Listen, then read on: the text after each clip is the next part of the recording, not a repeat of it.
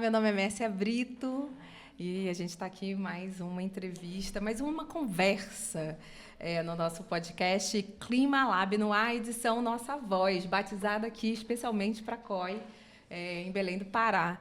E eu estou hoje com a Samara, que linda ela! Samara Borari, da etnia Borari, lá de Alter do Chão. Eu sou doida para conhecer, juro, juro, juro. Não conheço. Quero saber tudo. Todo mundo tem que ir uma vez na vida em Alter do Chão, né? Qual é a grande essência de Alter do Chão? E Alter do Chão é muito famoso pelas suas belezas, né? Mas eu acho que a grande essência de Alter do Chão mesmo é o acolhimento, né? O povo que vive ali. Acho que isso faz a diferença, né? E a energia de um carimbó em Alter do Chão é totalmente diferente. Então me fala desse povo Borari que a gente tem que aprender e conhecer um pouco mais de todas as etnias. Me fala.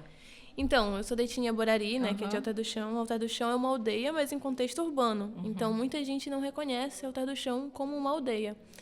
E a gente é um povo... Alter do Chão é uma aldeia onde é um refúgio, né?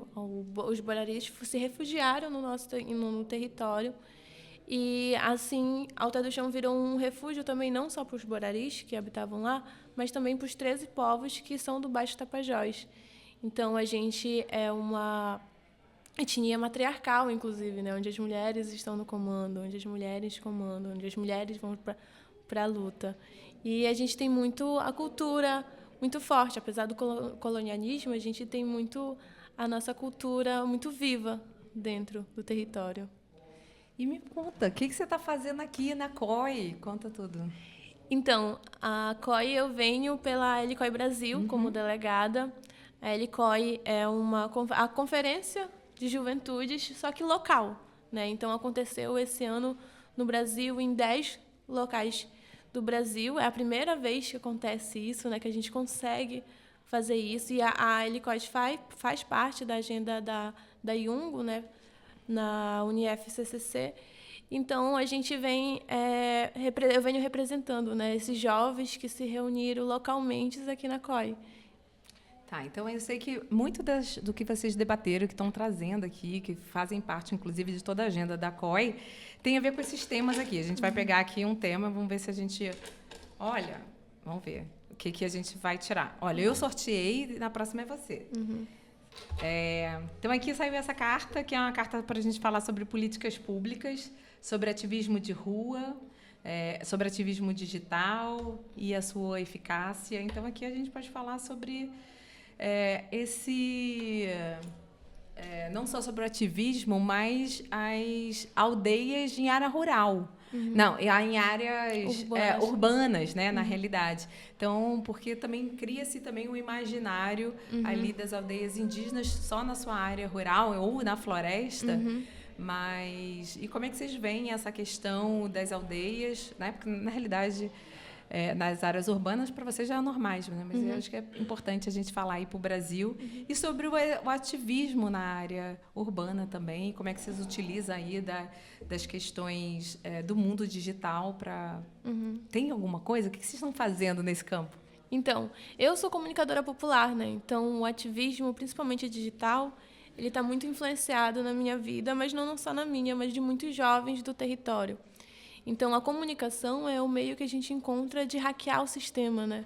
Porque a nossa região amazônica é uma região que a gente fala que não engaja, que não entra nas pautas nacionais. A gente não escuta falar da gente, a não ser que seja umas coisas muito no estereótipo ou grandes causas ambientais que acontecem, mas nunca fala sobre o que a gente vive, como a gente vive, né?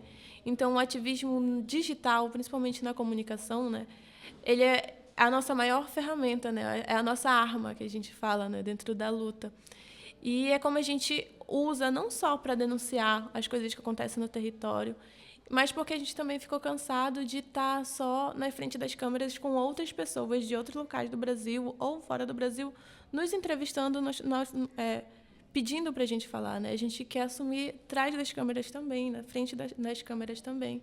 Então, o ativismo digital é uma grande forma da gente lutar, mas não só como uma resistência, mas também mostrar as belezas dos nossos territórios.